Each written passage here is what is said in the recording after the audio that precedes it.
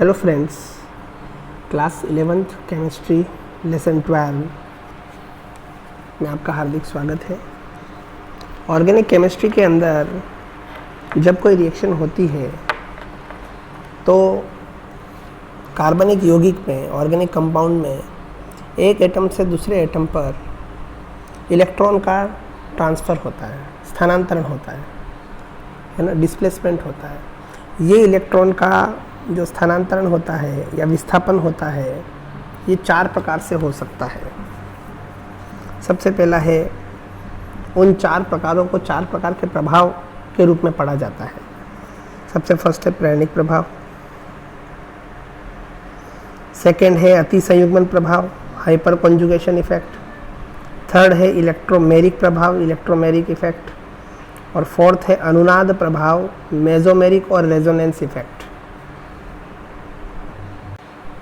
आज हम प्रेरणिक प्रभाव यानी इंडक्टिव इफेक्ट के बारे में डिटेल में पढ़ेंगे। Inductive, what is the inductive effect, यानी प्रेरणिक प्रभाव क्या होता है। बहुत ही इंपॉर्टेंट इफेक्ट है ये, आपके 12th में बहुत काम में आएगा और आगे की कक्षाओं में भी बहुत ही महत्वपूर्ण भूमिका अदा करेगा। एसिडिटी, बेसिसिटी, बहुत से ऐसे प्रभाव हैं, बहुत से ऐसी प्रॉपर्टीज़ हैं जिनको समझाने में इंडक्टिव इफेक्ट यानी प्रेरणिक प्रभाव बहुत ही महत्वपूर्ण भूमिका अदा करता है। तो हमको प्रेरणिक प्रभाव के बारे में आज के इस वीडियो में अच्छी तरह से जानना है। तो शुरू करते हैं कि प्रेरणिक प्रभाव किसे कहते हैं।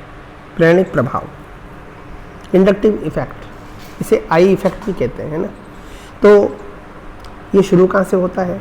जब किसी कार्बन श्रृंखला से, ऑर्गेनिक कंपाउंड में हम जानते हैं जनरली कार्बनिक यौगिक का बनते हैं तो उनमें कार्बन की लंबी लंबी श्रृंखलाएं होती है ना, क्योंकि कार्बन के अंदर एक विशिष्ट गुण होता है कि वह अन्य कार्बन परमाणु के साथ श्रृंखला बनाने की उसके अंदर टेंडेंसी होती है, जो किसी अन्य एलिमेंट में नहीं होती, दूसरे एलिमेंट में नहीं होती है। इसीलिए सबसे ज़्यादा कंपाउंड कार्बन के पाए जाते हैं, किसी और एलिमेंट के इतने कंपाउंड नहीं पाए जाते। ठीक है, तो कार्बन के अंदर 2 प्रकार की टेंडेंसी होती है।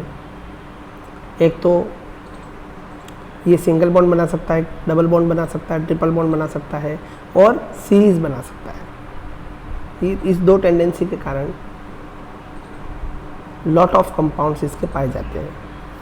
तो जब किसी कार्बनिक श्रृंखला से इलेक्ट्रॉन आकर्षी या इलेक्ट्रॉन प्रतिकर्षी समूह जुड़ा हो, इलेक्ट्रॉन आकर्षी या इलेक्ट्रॉन प्रतिकर्षी किसकी तुलना में? हाइड्रोजन की तुलना में, हाइड्रोजन की सापेक्ष या हाइड्रोजन की तुलना में इलेक्ट्रॉन आकर्षी या हाइड्रोजन की तुलना में इलेक्ट्रॉन प्रतिकर्षी।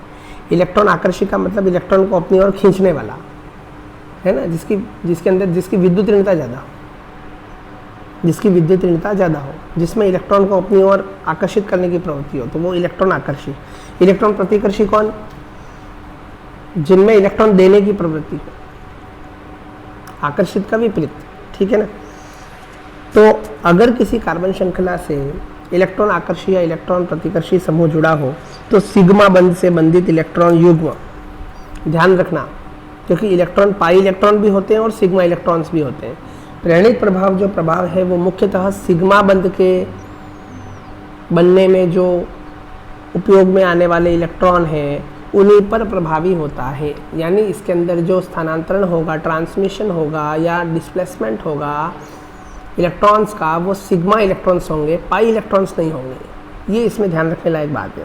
तो सिग्मा बंध से बंधित इलेक्ट्रॉन युग्म अधिक विद्युत ऋणी परमाणु की ओर विस्थापित हो जाता है। इस प्रभाव को प्रेरणिक प्रभाव कहते हैं। कुल मिलाकर सारा खेल विद्युत ऋणता का है ना।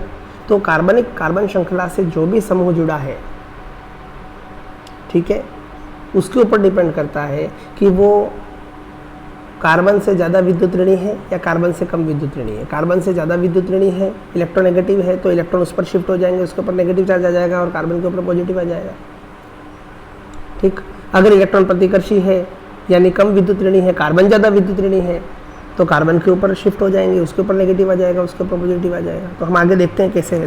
देखिए आप एग्जाम्पल, ये एग्जाम्पल है ना। यहाँ पर मैंने 4 कार्बन की एक श्रृंखला, यहाँ पर वैलेंसी पूरी नहीं हो रही, आप ध्यान रखना, मैंने समझाने के लिए लिखा है, बाकी एक्चुअल में तो यूँ होना चाहिए, ऐसे होना चाहिए, ये ऐसे होना, ये ऐसे होना चाहिए, है ना, वैलेंसी के हिसाब से तो, लेकिन मैंने जानबूझ करके ऐसे लिखा ताकि वो डिस्टर्बेंस नहीं हो यहाँ पर, ठीक। तो माना कि ये 4 कार्बन की एक श्रृंखला है, और मैंने जानबूझ करके 4 कार्बन इसलिए लिखे हैं क्योंकि प्रेरणिक प्रभाव 4 कार्बन तक ही इफेक्टिव होता है, 4 कार्बन के बाद ये समाप्त हो जाता है, इसलिए मैंने जानबूझ करके यहाँ 4 कार्बन परमाणु ही लिए हैं, ठीक। तो माना कि इससे कोई इलेक्ट्रॉन आकर्षित समूह जुड़ा है X, ये X जुड़ा है, तो ये इलेक्ट्रॉन कार्बन और X के बीच के जो सिग्मा इलेक्ट्रॉन्स हैं वो विस्थापित हो जाएंगे X की तरफ, तो X के ऊपर क्या आ जाएगा, माइनस डेल्टा, और कार्बन के ऊपर क्या आ जाएगा, प्लस डेल्टा। X इलेक्ट्रॉन खींच रहा है, यानी इसके ऊपर इलेक्ट्रॉन डेंसिटी बढ़ रही है, कार्बन के ऊपर इलेक्ट्रॉन डेंसिटी कम हो रही है, इसलिए इसके ऊपर पॉजिटिव चार्ज आए, ठीक है ना। अब ये पॉजिटिव चार्ज जो है वो शिफ्ट होगा, वो क्या होगा, शिफ्ट होगा आगे के कार्बन में, तो यहाँ पर तो प्लस डेल्टा, यहाँ प्लस डेल्टा डेल्टा, यहाँ प्लस डेल्टा डेल्टा डेल्टा, यहाँ plus delta delta delta delta, ठीक। यानी अगर मैं बताऊँ यहाँ पर ये ऐसे होगा, यहाँ ये ऐसे होगा, यहाँ ये ऐसे होगा, यहाँ ऐसे होगा, तो कार्बन के पास इलेक्ट्रॉन की कमी होगी, कार्बन किससे खींचेगा, इसके पास वाले कार्बन से, ये कार्बन इसके पास वाले कार्बन से, ये कार्बन इसके पास वाले कार्बन से, है ना। और जैसे जैसे यानी कि कार्बन श्रृंखला के अंदर पॉजिटिव चार्ज प्रेरित होगा, इंड्यूस होगा, इसलिए इसको इंडक्टिव इफेक्ट कहते हैं, ठीक है ना। प्रेरित हो रहा है, कौन सा चार्ज प्रेरित हो रहा है कार्बनिक श्रृंखला में, पॉजिटिव चार्ज। और जैसे जैसे हम पहले कार्बन पर आवेश ज़्यादा है, दूसरे कार्बन पर आवेश और कम हो गया, तीसरे कार्बन पर आवेश और भी कम हो गया, चौथे कार्बन पर बहुत कम हो गया, और 5वें कार्बन पर लगभग समाप्त हो गया। तो जैसे जैसे हम कार्बन श्रृंखला में आगे बढ़ते हैं तो क्या होता है, इधर से इधर बढ़ते हैं ना, तो X से दूरी बढ़ रही है, वैसे चार्ज कम होता जा रहा है ना, और चौथे कार्बन के 5वें कार्बन तक ये समाप्त हो जाता है। तो आप देख रहे हैं इस इफेक्ट को क्या कहते हैं हम, इंडक्टिव इफेक्ट कहते हैं। ये तो यहाँ पर इलेक्ट्रॉन आकर्षित समूह जुड़ा है, फॉर एग्जाम्पल अगर यहाँ पर इलेक्ट्रॉन प्रतिकर्षी समूह जुड़ा हो तब क्या होगा, इलेक्ट्रॉन प्रतिकर्षी समूह जुड़ा है तो इलेक्ट्रॉन इधर जाएंगे, तो इसके ऊपर आ जाएगा माइनस डेल्टा, y के ऊपर आ जाएगा प्लस डेल्टा, ठीक है।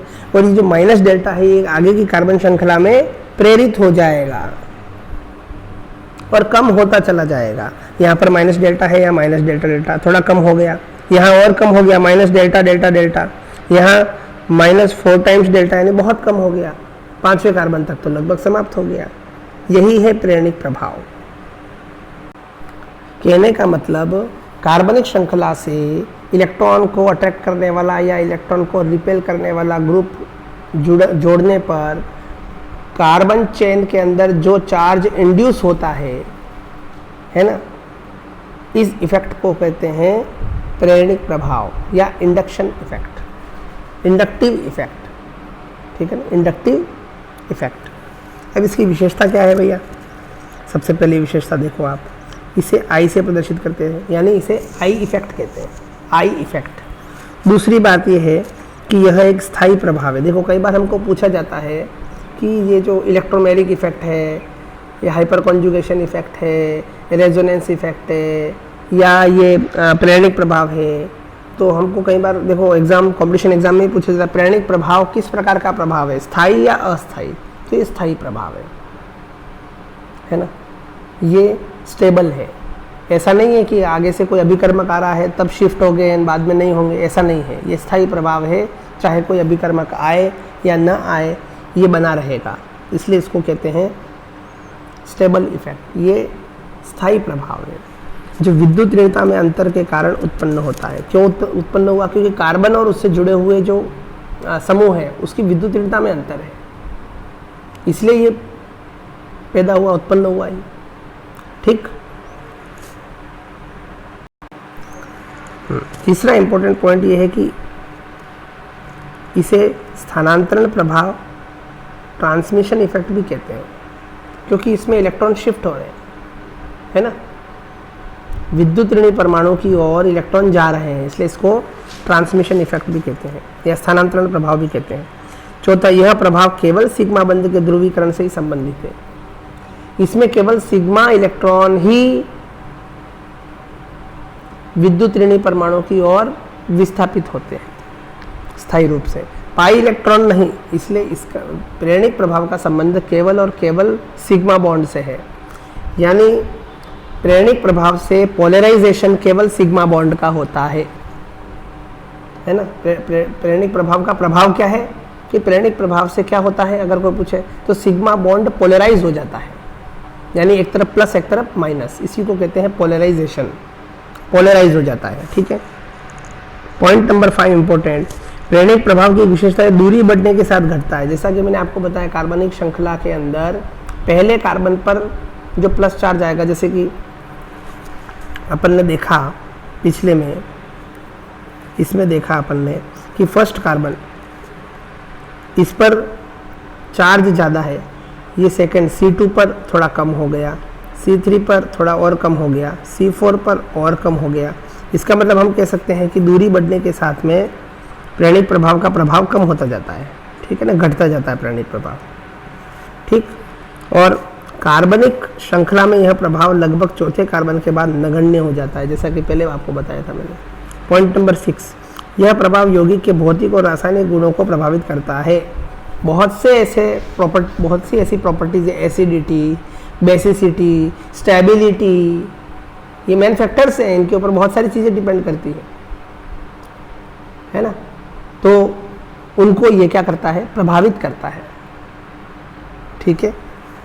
अब देखते हैं हम प्रेरणिक प्रभाव कितने प्रकार के होते हैं। प्रेरणिक प्रभाव मुख्य रूप से 2 प्रकार के होते हैं। सबसे पहला है ऋणात्मक प्रेरणिक प्रभाव, जिसको कहते हैं माइनस आई इफेक्ट, और एक होता है धनात्मक प्रेरणिक प्रभाव, प्लस आई इफेक्ट। तो सबसे पहले हम देखेंगे ऋणात्मक प्रेरणिक प्रभाव। जब कार्बन श्रृंखला से इलेक्ट्रॉन आकर्षी समूह जुड़ा हो तब माइनस आई प्रेरणिक प्रभाव उत्पन्न होता है। माइनस आई कब होगा, जब इलेक्ट्रॉन विड्रॉइंग ग्रुप या इलेक्ट्रॉन अट्रैक्टिंग ग्रुप उससे अटैच होगा, किससे, कार्बन सीरीज से, ठीक है, कार्बन श्रृंखला से। और वो जो इलेक्ट्रॉन आकर्षित समूह, इलेक्ट्रॉन अट्रैक्टिंग ग्रुप होगा, उसको कहेंगे हम माइनस आई ग्रुप। क्या कहेंगे, माइनस आई ग्रुप। ठीक। अब देखना होता क्या है, माना कि ये कार्बन श्रृंखला है 4 कार्बन की, इसमें ये X जुड़ा जो विद्युत ऋणी है, ये इलेक्ट्रॉन शिफ्ट हुए इधर से इधर। ठीक। हाँ, तो देखो यहाँ पर ये 4 कार्बन दिख रहे हैं आपको, 1, ये C1, ये C2, ये C3 और ये C4। ठीक है। तो यहाँ पर जब ये X इलेक्ट्रॉन आकर्षित समूह जुड़ेगा तो इलेक्ट्रॉन किस तरफ शिफ्ट होंगे, 4 मैंने तीर के निशान लगा रखे, मतलब ज़्यादा हो रहा है प्रेरणिक प्रभाव। तो यहाँ पर आ गया माइनस डेल्टा और इस कार्बन पर आ गया प्लस डेल्टा। इसके पास कमी होगी, ये पास वाले कार्बन से खींचेगा, तो यहाँ पर 3 ही निशान लगाए मैंने तीर के। क्यों, क्योंकि प्रेरणिक प्रभाव थोड़ा कम हो गया, तो यहाँ आवेश भी थोड़ा कम पैदा हुआ, प्लस डेल्टा डेल्टा। इसने C3 से लिए तो यहाँ पर और तीर के निशान कम हो गए, यानी प्रेरणिक प्रभाव और कम हो गया, या और यहाँ पर जो चार्ज पैदा हुआ वो भी और कम हो गया, प्लस डेल्टा डेल्टा डेल्टा। और लास्ट वाला कार्बन जो था उसमें केवल एक तीर का निशान, यानी प्रेरणिक प्रभाव सबसे कम यहाँ हो गया और आवेश भी सबसे कम यहाँ पैदा हुआ। इसका मतलब दूरी जैसे जैसे बढ़ती गई प्रेरणिक प्रभाव, इंडक्टिव इफेक्ट कम होता गया। ठीक।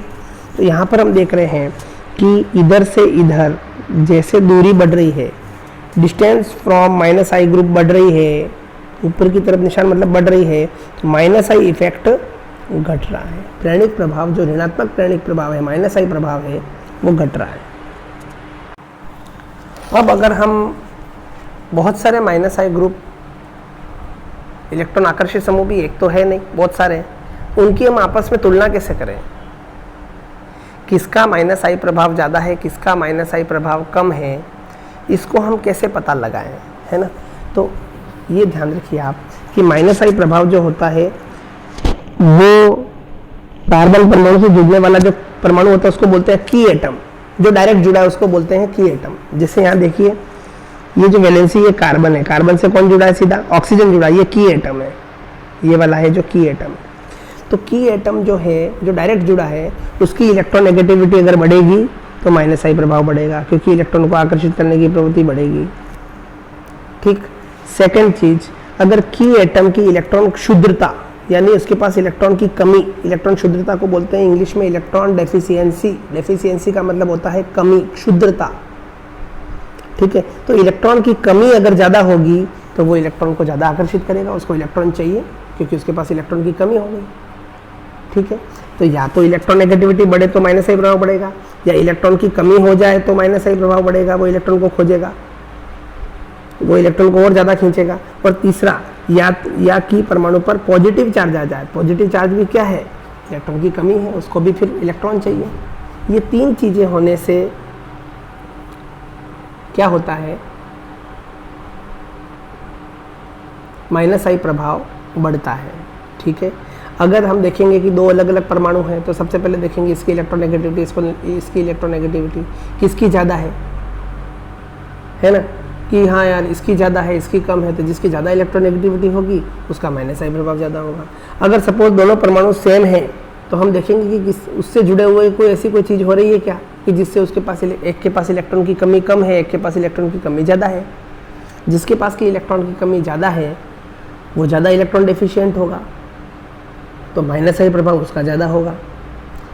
इसी प्रकार से अगर की एटम एक ही हो लेकिन उसके ऊपर पॉजिटिव चार्ज अलग अलग हो तो हम देखेंगे पॉजिटिव चार्ज किस पर ज़्यादा है, जिस पर ज़्यादा पॉजिटिव चार्ज है उसका माइनस आई प्रभाव ज़्यादा है। ये कुछ चीज़ें हैं आपके डिसाइड करने के लिए कि अगर आपके पास बहुत सारे माइनस आई ग्रुप हो तो किस ग्रुप का माइनस आई इफेक्ट ज़्यादा होगा। वैसे हम आगे सीरीज देख रहे हैं पूरी, है ना, मुख्य मुख्य चीज़ें हम देख रहे हैं, लेकिन उसके बावजूद हम एक थोड़ा सा एक आइडिया लगा लें, एक लॉजिकल आइडिया, जिससे हमको पता लगे कि क्या होता है। एग्जाम्पल देख लेते हैं। फर्स्ट एग्जाम्पल देख लेते हैं, जैसे OH जुड़ा है और एक तरफ NH2 जुड़ा है, तो की एटम कौन सा है, इसमें ऑक्सीजन है, इसमें की एटम कौन सा, नाइट्रोजन है। दोनों परमाणु अलग है, किसकी विद्युत ऋणता ज़्यादा है, ऑक्सीजन की ज़्यादा है, FON। हम जानते हैं विद्युत ऋणता क्या होती है, FON। तो ऑक्सीजन की नाइट्रोजन से ज़्यादा है, ऑक्सीजन की 3.5, नाइट्रोजन की 3.0। इसका मतलब इसका माइनस आई प्रभाव ज़्यादा होगा, इसका OH का। ठीक, चलो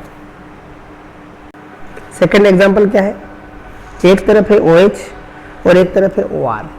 तो देखो की एटम इधर भी ऑक्सीजन है और इधर भी ऑक्सीजन है, दोनों की विद्युत ऋणता समान है, इससे हम डिसीजन नहीं ले सकते, लेकिन इससे जरूर ले सकते हैं कि इस ऑक्सीजन से जुड़ने वाला परमाणु इसमें हाइड्रोजन है और इसमें एल्किल ग्रुप है, जो कि एल्किल ग्रुप की विशेषता होती है वो इलेक्ट्रॉन प्रतिकर्षी होता है, इलेक्ट्रॉन देने वाला होता है। हाइड्रोजन न्यूट्रल होता है, ना तो इलेक्ट्रॉन लेता है ना इलेक्ट्रॉन देता है। ठीक, तो हाइड्रोजन तो कुछ नहीं कर रहा है, लेकिन ये एल्किल ग्रुप जो है वो क्या कर रहा है, ऑक्सीजन को इलेक्ट्रॉन दे रहा है, ऑक्सीजन को इलेक्ट्रॉन दे रहा है। तो ऑक्सीजन की इलेक्ट्रॉन डेंसिटी बढ़ रही है, इसका मतलब इसको अब इलेक्ट्रॉन देने वाला मिल गया, इसके पास कोई इलेक्ट्रॉन देने वाला है नहीं, तो ये इलेक्ट्रॉन को ज़्यादा खींचेगा, कौन, OH। और इसके पास तो इलेक्ट्रॉन देने वाला है R ग्रुप, एल्किल ग्रुप, तो ये इसके अंदर ऑक्सीजन को खींचने की प्रवृत्ति कम हो जाएगी क्योंकि उसको R से इलेक्ट्रॉन मिल रहे हैं ऑलरेडी, है ना। तो कार्बन से उसको इलेक्ट्रॉन खींचने की प्रवृत्ति उसकी कम हो जाएगी, क्योंकि डेफिशिएंसी कम हो जाएगी तो माइनस आई इफेक्ट कम हो जाएगा। इसलिए OH और OR में माइनस आई प्रभाव OH का ज़्यादा होगा। ये छोटी छोटी चीज़ें आपके समझने के लिए। ठीक, एक और एग्जांपल देखते हैं, CF3 और CCl3। देखिए यहाँ पर कार्बन जुड़ा है और यहाँ पर भी कार्बन जुड़ा है, ठीक है। अब देखिए इस कार्बन से जुड़ने वाला जो कार्बन है वो की एटम, इसमें भी ये कार्बन की एटम, दोनों की विद्युत ऋणता समान है, इससे डिसीजन नहीं ले सकते विद्युत ऋणता से तो। लेकिन इस कार्बन से इसमें फ्लोरीन जुड़े हैं और इसमें क्लोरीन जुड़े हैं। हम जानते हैं फ्लोरीन की विद्युत ऋणता ज़्यादा होती है, सबसे ज़्यादा आवर्त सारणी में, तो फ्लोरीन ज़्यादा खींचेगा इलेक्ट्रॉन को अपनी ओर, है ना। तो इस कार्बन के ऊपर इलेक्ट्रॉनों की कमी हो जाएगी, इलेक्ट्रॉन डेंसिटी कम हो जाएगी और इलेक्ट्रॉन डेफिशिएंसी बढ़ जाएगी, इलेक्ट्रॉन की कमी ज़्यादा हो जाएगी, तो इलेक्ट्रॉन डेंसिटी तो कम हो जाएगी और इलेक्ट्रॉन डेफिशिएंसी बढ़ जाएगी। इसमें क्या है, इसकी तुलना में इलेक्ट्रॉन डेफिशिएंसी कम तो होगी लेकिन इतनी कम नहीं होगी जितनी कि इसमें हो रही है, क्योंकि फ्लोरीन ज़्यादा खींच रहा है, क्लोरीन फ्लोरीन की तुलना में कम खींच रहा है। तो तो इसमें भी कमी तो होगी इलेक्ट्रॉन डेंसिटी की, लेकिन फ्लोरीन इसके CF3 की तुलना में CCl3 के अंदर कम कमी होगी, तो इलेक्ट्रॉन डेफिशिएंसी इसमें बढ़ेगी। लेकिन ज़्यादा इलेक्ट्रॉन डेफिशिएंसी किसमें है? CF3 में है, तो माइनस आई प्रभाव इसका ज़्यादा होगा। तो इसी कारण से CF3 का माइनस आई प्रभाव CCl3 से अधिक होता है। चलो एक छोटा सा उदाहरण और ले लेते हैं। N डबल बॉन्ड और NOO देखो इसमें, तो इसमें देखिए आप, ये ऑक्सीजन जो है ये नाइट्रोजन से, इसमें की एटम क्या है देखो दोनों में, ये कार्बन से जुड़ा हुआ नाइट्रोजन है, कार्बन से जुड़ा हुआ नाइट्रोजन, दोनों की विद्युत ऋणता एक जैसी। इसमें एक ही ऑक्सीजन जुड़ा है, इसमें दो ऑक्सीजन जुड़े हैं, तो दो ऑक्सीजन जुड़े हैं, तो ये दोनों ऑक्सीजन नाइट्रोजन से इलेक्ट्रॉन खींच रहे हैं, तो नाइट्रोजन के पास इलेक्ट्रॉन की कमी हो गई, इलेक्ट्रॉन डेंसिटी इसमें ज़्यादा कम हो गई और इसमें इलेक्ट्रॉन डेंसिटी थोड़ी कम हो गई, तो इलेक्ट्रॉन डेफिशिएंसी इसमें बड़ी और इलेक्ट्रॉन डेफिशिएंसी इसमें और ज़्यादा हो गई। तो ज़्यादा इलेक्ट्रॉन डेफिशिएंसी किसमें है? NO2 में है, इसलिए NO की अपेक्षा NO2 का माइनस आई प्रभाव ज़्यादा होगा।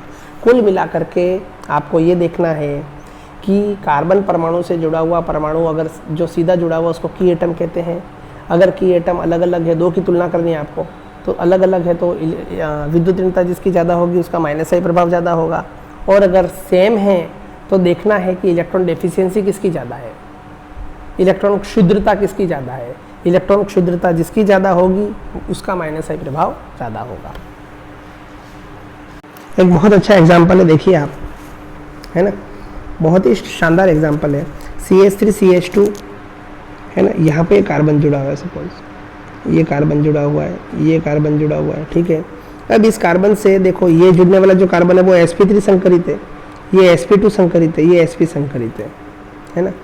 sp3 संकरित में s कैरेक्टर कितना होता है? sp3 टोटल 4 कक्षक, 4 में से s कितना है? 1, तो s गुण कितने हो गए? 25%, ठीक। sp2 में 3 में से 1, 33.3%, sp में 2 में से 1, 50%। इसका मतलब ऊपर से नीचे आ रहे हैं तो s कैरेक्टर बढ़ रहा है।